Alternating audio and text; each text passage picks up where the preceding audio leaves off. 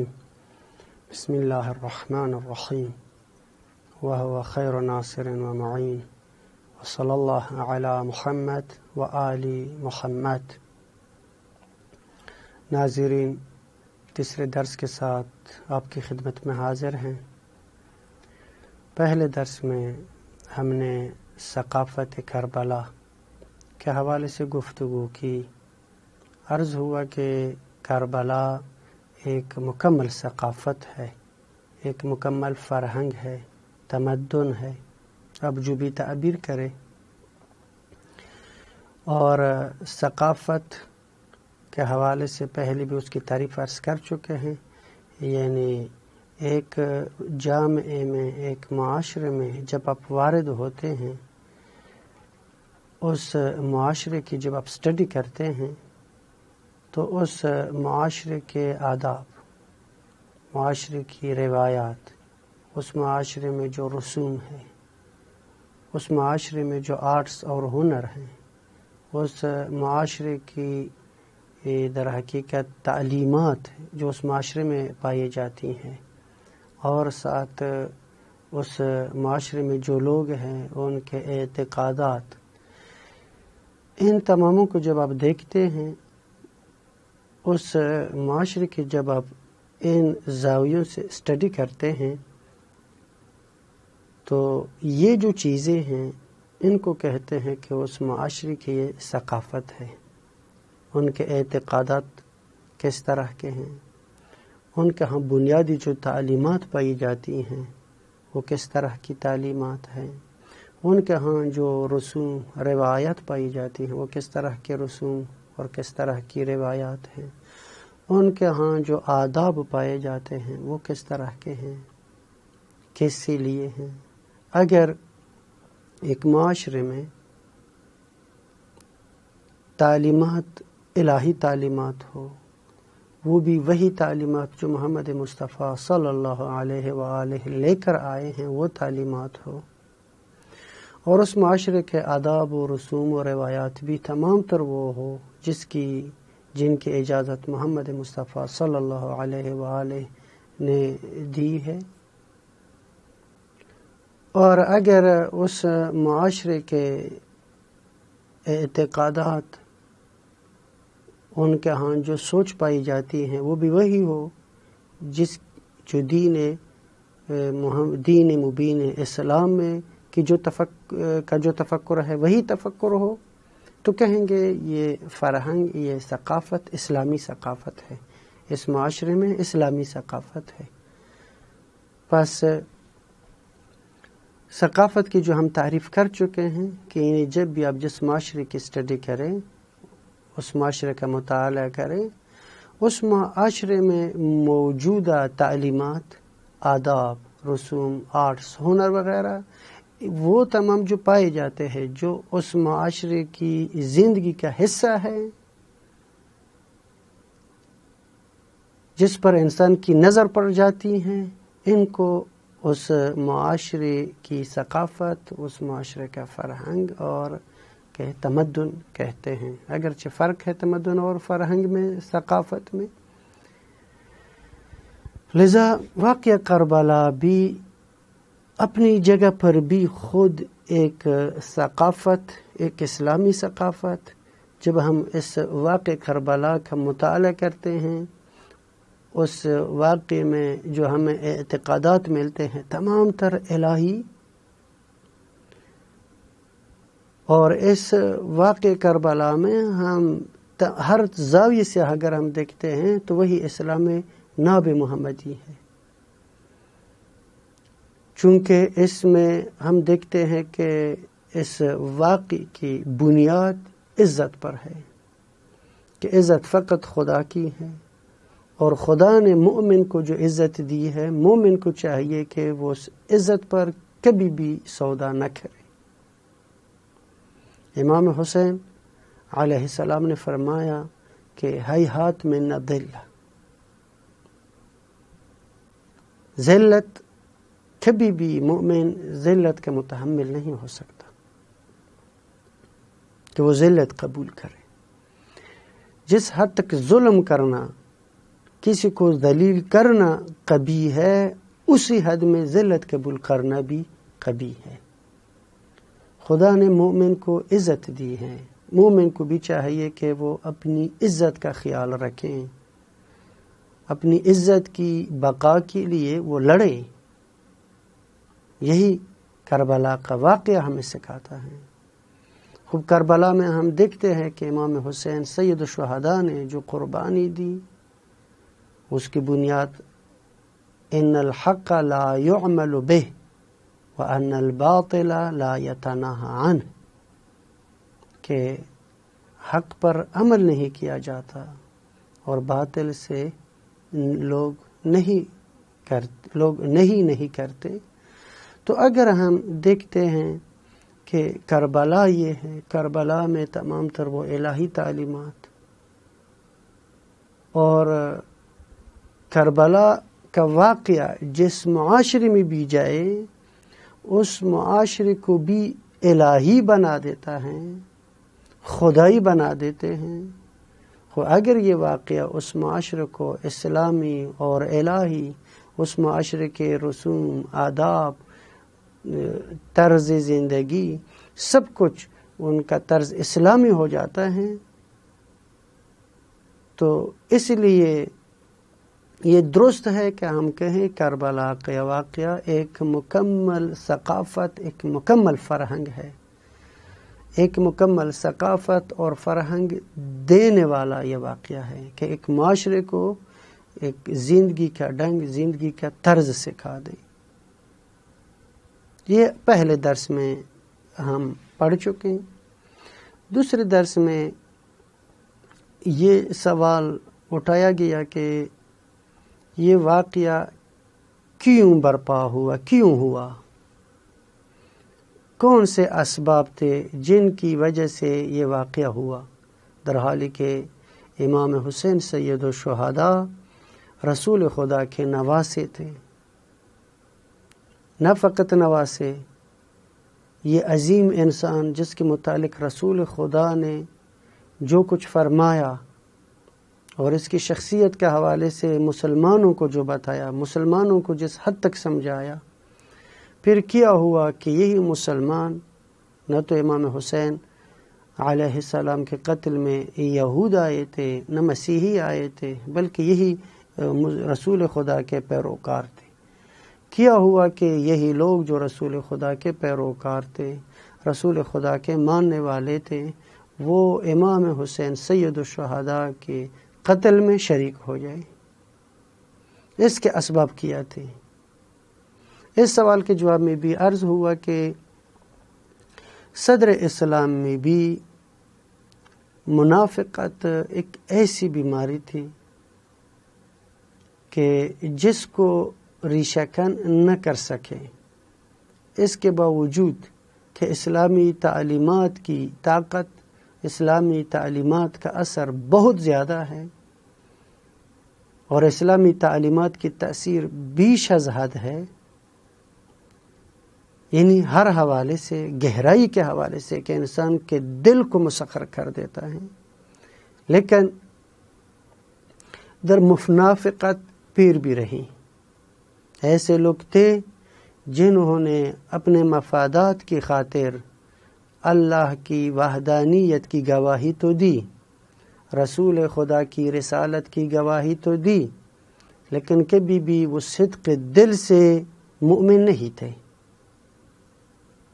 من جملہ جیسے کہ پہلے درس میں یعنی دوسرے درس میں عرض کر چکے ہیں کہ فتح مکہ میں اکثر اس طرح کے لوگ تھے جو مسلمان ہوئے لیکن صدق دل سے مسلمان نہیں ہوئے۔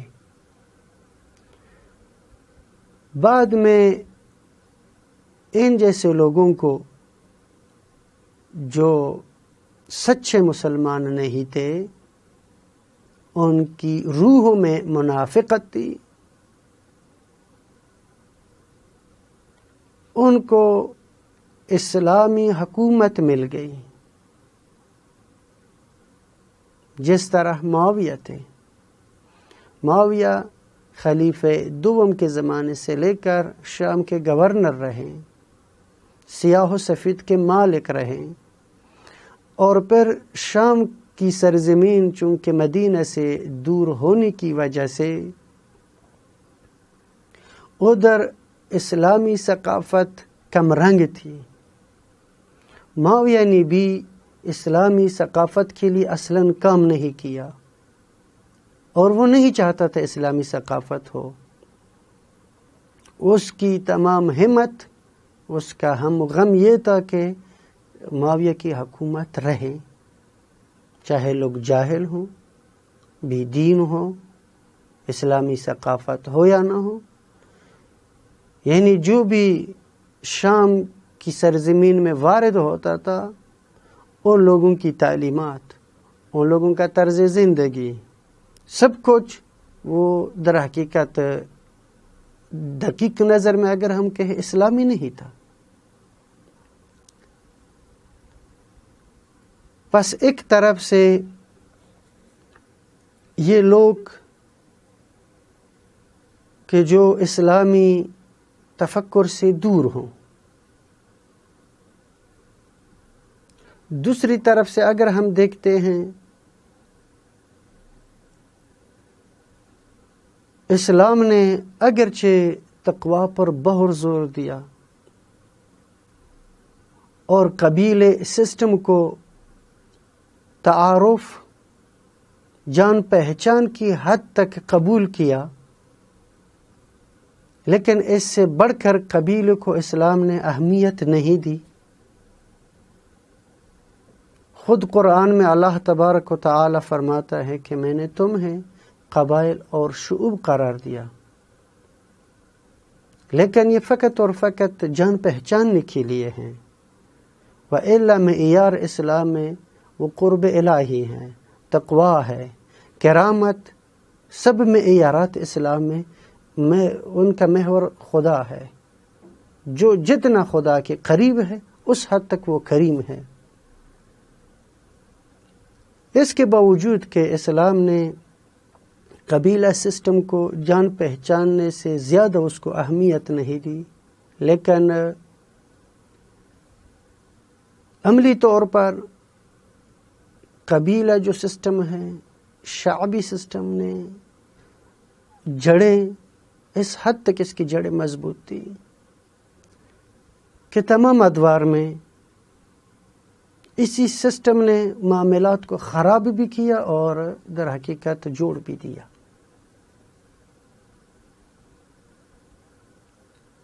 اس سسٹم کے نقصانات یہ ہیں اور تھے کہ لوگ وہی بات کرتے ہیں جو اس قبیلے کے سردار جو بات کریں. لذا یہاں پر اگر کوئی قبیلے کے سردار کو خریدے تو نتیجتاً یہ دوسرے قبیلے والے تمام تر افراد، تمام تر لوگ اسی سائڈ میں چلے جاتے ہیں.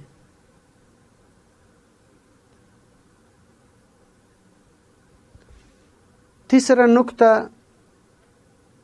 وہ ہے ضعف ایمان. رسول خدا صلی اللہ علیہ وآلہ کی رحلت کے بعد مسلمانوں کا ایمان کمزور ہوتا گیا. یہ ایک واقعیت ہے. اس کی بنیادی وجہ بھی یہ ہے کہ لوگ محمد و آل محمد کی برگاہ سے در سے دور ہوتے گئے. ایمان کمزور ہوتا گیا. ایمان کی کمزوری سے بعضوں نے بہت زیادہ استفادہ اٹھایا. 14 نقطہ وہ یہ ہے کہ لوگوں کی بصیرت میں کمزوری آئی. اس کے بھی اسباب ہے کہ کیوں لوگوں کی بصیرت کم ہوگی، اور یہ ایک بنیادی نقطہ ہے. لطائف الطوائف میں یہ واقعہ نقل ہے کہ یزید نے امام زین العابدین علیہ الاف تحیت و ثنا کو کہا کہ آپ کے چچا عباس یعنی عباس بن عبد المطلب وہ بھی آخر عمر میں اندھے تھے، عبد المطلب بھی آخر عمر میں اندھے ہو گئے تھے، عقیل بھی اندھے ہوئے تھے، اور یہ ہے کہ عبداللہ ابن عباس بھی اندھے تھے۔ تو اب بنی ہاشم اکثر آخر میں بھی بصارت ہوتے ہیں، بھی بصارت کا لفظ استعمال کیا، یعنی آنکھوں کی بصیرت، آنکھوں کی بصارت چلی جاتی ہے، ایک طعنت دینا چاہتے تھے۔ امام علی زین العابدین علیہ الاف تحیت و ثنا نے جواباً فرمایا کہ ہاں ہماری آنکھوں کی بصارت چلی جاتی ہیں، لیکن بنی امیہ کے ہاں ان کے دلوں کی بصیرت چلی جاتی ہے۔ ہم بھی بصارت ہوتے ہیں اکثر، چونکہ نہیں چاہتے تھے کہ زیادہ اس میں الجھے، یہی جواب دینا کہ ٹھیک ہے شاید ہمارے ہاں بھی آخری عمر میں ان کی آنکھوں کی بصارت چلی جاتی ہیں، لیکن بصیرت نہیں چلی جاتی۔ بنی ہاشم کی بصیرت آخر تک رہتی ہیں، خدا کی معرفت آخر تک رہتی ہیں، لیکن بنی امیہ کی بصیرت چلی جاتی ہیں۔ تو واقعیت یہ ہے کہ یہ ایک بہت مہم نکتہ ہے کہ اس معاشرے میں، اس زمانے میں لوگوں کی بصیرت میں بھی کمی تھی، وہ درست پہچان نہیں کرتے تھے، نہیں پہچانتے تھے۔ پس یہ چار عامل یہ ایک زمینہ بنے کہ معاویہ جیسے لوگ اس سے استفادہ کریں۔ وہ چار عامل یہ ہے: ایک، لوگوں کی ثقافت کی سطح کم ہونا، ثقافت اسلامی کے نہ ہونے کے برابر۔ دو، قبیلئی سسٹم کا ہونا۔ تین، ایمان کا کمزور ہونا۔ چار، شاید بعض لوگ قوی ایمان کے مالک تھے لیکن ان کی بصیرت نہیں رکھتے تھے، بصارت رکھتے تھے، آنکھوں کی نظر ان کی لگتی تھی لیکن دل کی نظریں کمزور پڑ گئی۔ ان اسباب سے معاویہ نے استفادہ کیا۔ ایک طرف سے چونکہ لوگ بھی بصیرت تھے، جو بھی بصیرت تھے ان کے لیے معاویہ نے احادیث کی جعل سے اس حد تک احادیث کو جعل کیا ابو ہریرہ کے ذریعے سے اور دوسروں کے ذریعے سے کہ لوگوں کے رخ کو اسلام سے موڑ دیا۔ حتیٰ اس حد تک معاویہ جو ظلم کرنا چاہتا تھا، یہ لوگ ساتھ موجود تھے، اس کے لیے حدیث بناتے تھے کہ جی یہ سب کچھ تو خدا کر رہا ہے، معاویہ کا اس میں کیا قصور ہے؟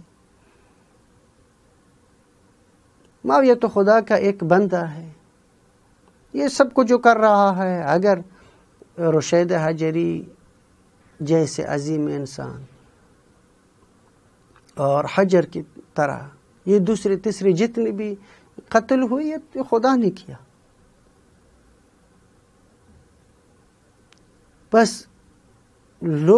جعل احادیث تاکہ لوگوں کی بھی بصیرتی سے خوب استفادہ اٹھائے۔ لوگ بھی کہتے تھے ہاں بس جب حدیث میں یہ مطلب آیا ہے تو ہمیں قبول ہے، خب یہ تو رسول خدا کی حدیث نہیں تھی، یہ جعلیات تھی۔ ساتھ قرآن کی تفسیر میں، جس کو ہم تحریف معنوی کہتے ہیں، قرآن کی آیات کی تفسیر کرنا اس طرح جو وہ چاہتا تھا، نہ کہ جو اسلام چاہتا ہے۔ ساتھ اس زمانے میں اشعاروں سے کہ شعر کا بازار بہت گرم تھا، شعراء کو پیسے دیتے تھے، وہ آتے تھے اور لوگوں کی سوچ کو موڑنے کے لیے، لوگوں کو ایک سمت دینے کے لیے، ایک جہت دینے کے لیے وہ اشعار پڑھتے تھے، لوگ ملزوز ہوتے تھے اور لوگ اس سمت میں جاتے تھے، پھر ان کی باتوں کو دہراتے تھے، شعراء کے شعروں کو یہ دہراتے تھے۔ اس کے ساتھ قبیلے کے جو سرداران تھے ان کے ضعفی ایمان سے استفادہ اٹھاتے ہوئے ان کو تطمیع کیا، ان کو در حقیقت ہزاروں میں اس زمانے میں سکے ہوتے تھے، دینار وہ دیتے تھے تاکہ وہ معاویہ جو چاہتا ہیں اس سمت میں یہ لوگ جائیں، اور ساتھ عام معاشرے میں خوف و ہراس پھیلایا کہ جو بھی معاویہ کے خلاف، معاویہ جو کو چاہتے ہیں اس کے برخلاف قدم اٹھائے اس کو قتل کیا جائے گا۔ بس ایک طرف سے وہ زمینہ فراہم تھا، اس زمین پر بھی، اس کے فراہم کرنے پر بھی بہت کام ہوا۔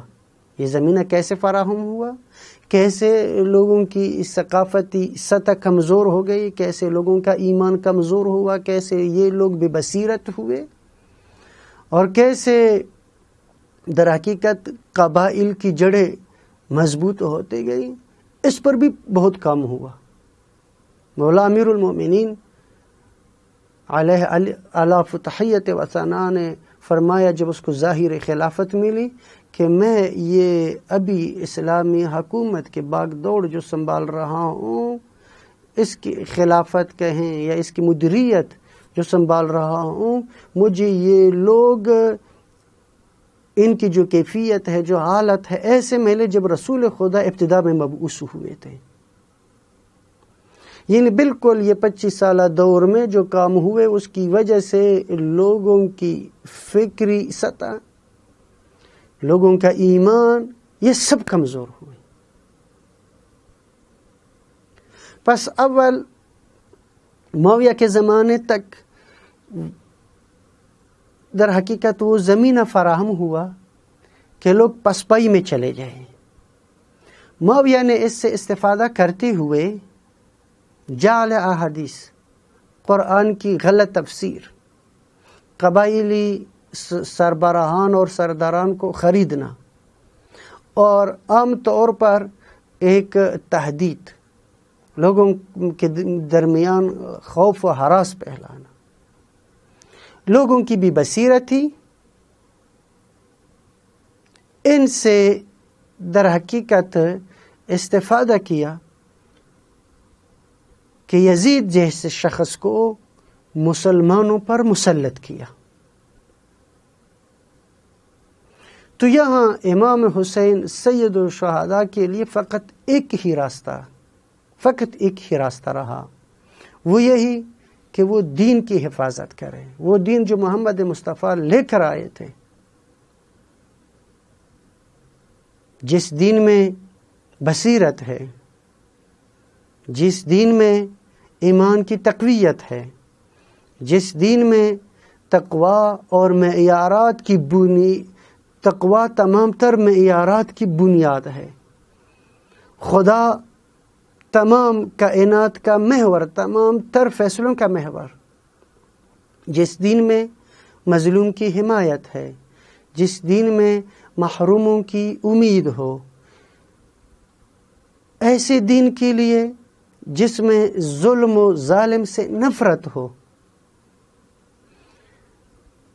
یہی دین محمد مصطفیٰ لے کر آئے تھے۔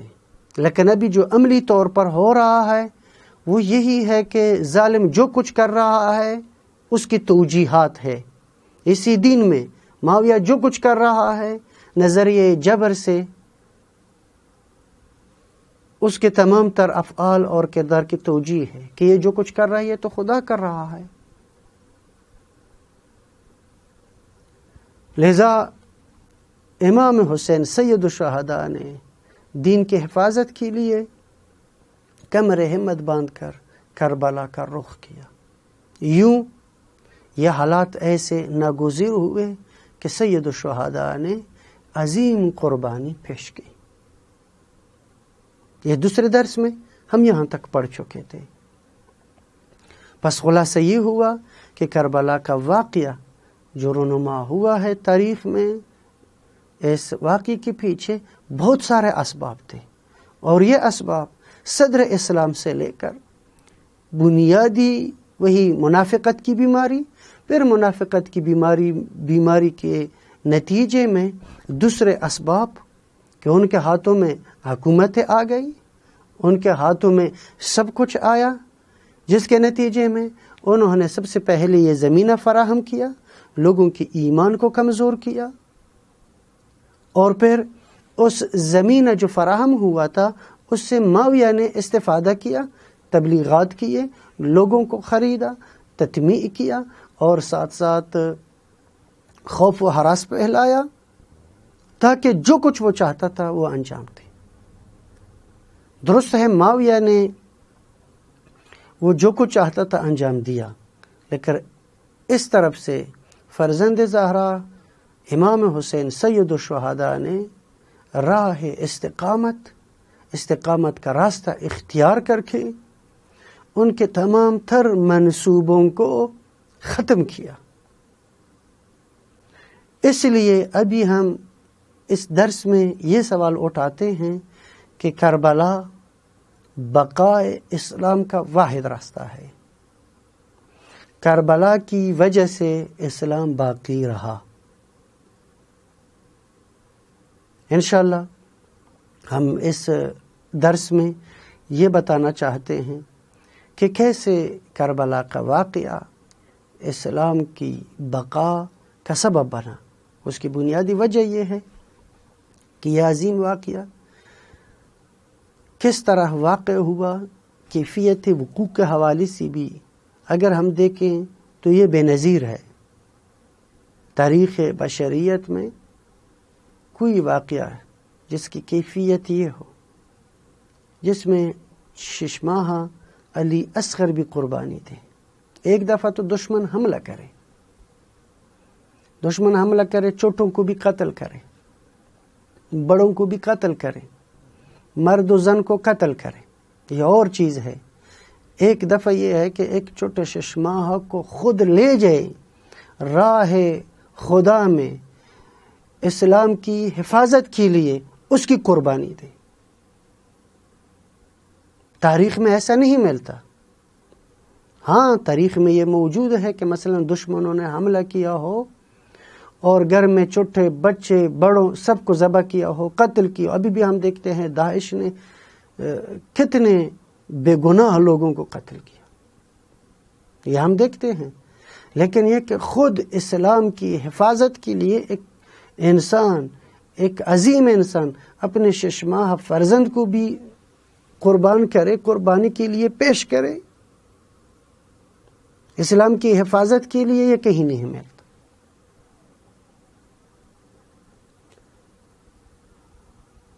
اپنے اہل و عیال کو بھی اسلام کی حفاظت کے لیے اس کے اسیرے پر راضی ہو جائے، اسی طرح سب کچھ قربان کرنے کے لیے آمادہ ہو، خود یہ سب قربانی پیش کرے، اور پھر اس قربانی پیش کرنے میں بھی اس کے چہرے پر غم کے اثر نہ ہو، بلکہ جیسے جنگ میں شدت آتی تھی۔ روایات میں ہے کہ امام حسین سید الشہداء اور امام حسین کے بعض اصحابوں کے جو چہرے تھے ان کا رنگ نہ یہ کہ ان پر غم آتا تھا، اور خوش ہوتے تھے، ان میں اور نورانیت آتی تھی، ان کے چہروں میں نورانیت آتی تھی۔ تو دوسرے اصحاب بوفا کہتے تھے امام حسین کو تو دیکھو، اس جنگ کی شدت میں اس کا چہرہ اور بھی نورانی ہوتا ہے، یہ ان کے بعض اصحاب کو تو دیکھو، ان کا چہرہ اور بھی نورانی ہوتا ہے، غم کے اثار ان کے چہروں میں نہیں ہے، جبکہ راہ خدا میں قربانی دے رہے ہیں، ان کے بچے قربان ہوئے، سب کچھ قربان کیا۔ تب امام حسین سید الشہداء نے اپنے اصحاب کو مخاطب کر کے فرمایا، یا بنی الکرام فما الموت الا قنطرہ، اے فرزندان کرامت، موت فقط ایک پل ہے تمہیں خدا تک لے جانے کے لیے۔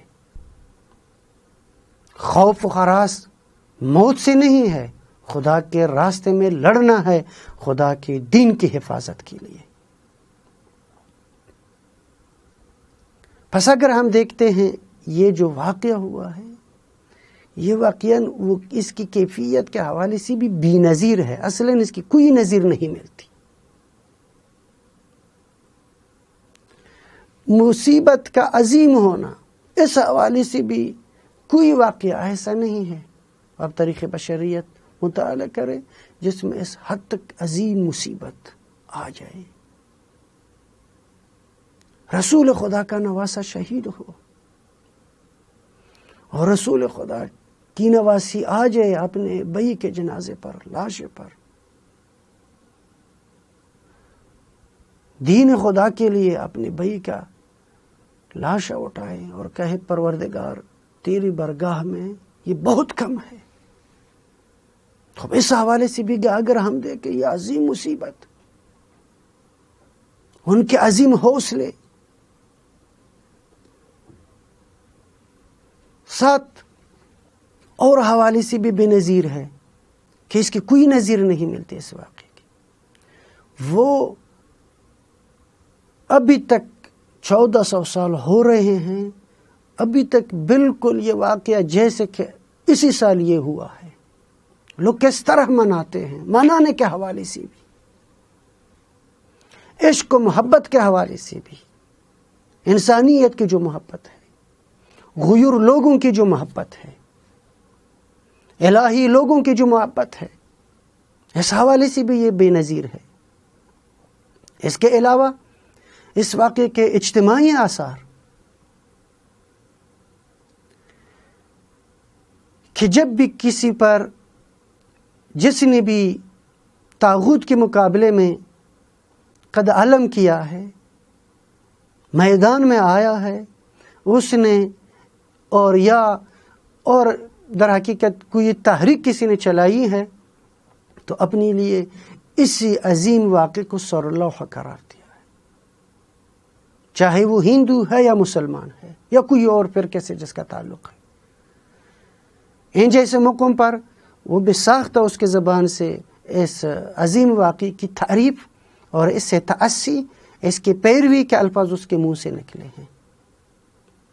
پس لہذا اگر ہم یہ بھی دیکھیں کہ اجتماعی اس کے جو آثار ہیں، ان تمام حوالے سے یہ واقعہ بے نظیر اور بے مانند ہے۔ اگر یہ واقعہ ہر حوالے سے بے مانند ہے اور اس طرف سے حالات ایسے آئے کہ جہاں پر اسلام نبودی کی طرف جا رہا تھا، اسلامی حکومت ایسے لوگوں کے ہاتھوں میں آ گئی تھی کہ جو اصلاً جن کا اسلام پر کوئی باور نہیں تھا بلکہ مخالف تھے، یہاں امام حسین نے ایسا واقعہ، ایسی قربانی دی کہ جس کا نتیجہ اسلام کی حفاظت کی صورت میں نکلا۔ وہ اسلام جو محمد مصطفیٰ لے کر آئے تھے وہ فقط نماز نہیں تھی، فقط روزہ نہیں تھا، فقط زکوٰۃ، صوم و زکوٰۃ یہ چیزیں نہیں تھی۔ اس اسلام کی روح استقلال، عزت، سربلندی، بھائی چارہ، محبت، حق کی بات کرنا، باطل سے نفرت کرنا، مظلوم کی حمایت کرنا، ظلم و استکبار سے نفرت کرنا، اس کی بنیادیں تھی۔ ہاں، جس میں نماز، روزہ، عبادات یہ جتنی بھی ہے، یہ تمام وہ چیزیں ہیں جس سے انسان کی ترقی میں اور اضافہ ہوتا ہے، خدا کے قریب اور انسان ہو جاتا ہے۔ لیکن اسلام فقط عبادات نہیں ہے، نہیں، اسلام خلاصہ ہوتا ہے عبادات میں، بلکہ اسلام در حقیقت ان فطریات کا نام ہے جس کی بنیادی یہ ہے کہ جس میں انسان کی عزت، انسان کا استقلال، انسان کفر و استکبار سے مرغوب نہ ہو. لذا سید الشہداء نے کربلا کے واقعے میں عزت کی بات کی ہے، حق کی بات کی ہے کہ اسلامی معاشرے کو ذلت کی طرف لے جا رہے ہیں، اسلامی معاشرے کو باطل کی طرف لے جا رہے ہیں، اسلامی معاشرے کو یہ لوگ نابود کر رہے ہیں. کوئی ہو جو اسلام کی یہ بنیادوں کی دوبارہ سے تعمیر کرے. امام حسین سید الشہداء نے اس قربانی سے در حقیقت اس کی تعمیر کی. ابھی تک جب ہم یہ واقعہ منا رہے ہیں، یعنی اس میں عزت کی بات ہے، استقلال کی بات ہے، کفر و استکبار، باطل قوتوں سے لڑنے کی بات ہے، حق و حقانیت کی بات ہے. یہی وہ بنیادی اصول ہے. بھائی چارے کی بات ہے، محبت کی بات ہے، آپس میں محبت ہو. یہی اسلامی اصول تھے. رحماء بینہم اشداء علی الکفار لن یجعل اللہ للکافرین علی المؤمنین سبیلا. یہی وہ اصول تھے جس پر اسلام کی بنیاد رکھی گئی. بس اگر یہ اصول تھے، کربلا کے واقعے کے بعد ہم دیکھتے ہیں کہ پھر یہی لوگ جن میں جذبہ آیا، مسلمانوں میں وہ شعور پیدا ہوا، اور وہ لوگ جو امام حسین علیہ السلام کے زمانے میں یزید کے ساتھ لڑنے کے لیے تیار نہیں تھے، وہی مدینے والے لوگ پھر وہی یزید کے ساتھ لڑنے کے لیے آمادہ ہوئے. بس ہم یہ نتیجہ لیتے ہیں کہ اس عظیم واقعے کی وجہ سے، درسگاہ کربلا سے ہمیں یہ درس ملتا ہے، اسلام کی حفاظت کا درس، اور اس واقعے نے اسلام کو محفوظ کیا. اسی پر ہی یہ درس ختم کر دیتے ہیں. انشاءاللہ آئندہ درس میں اس کی وضاحت کریں گے. صلی اللہ علی محمد وآلہ وسلم.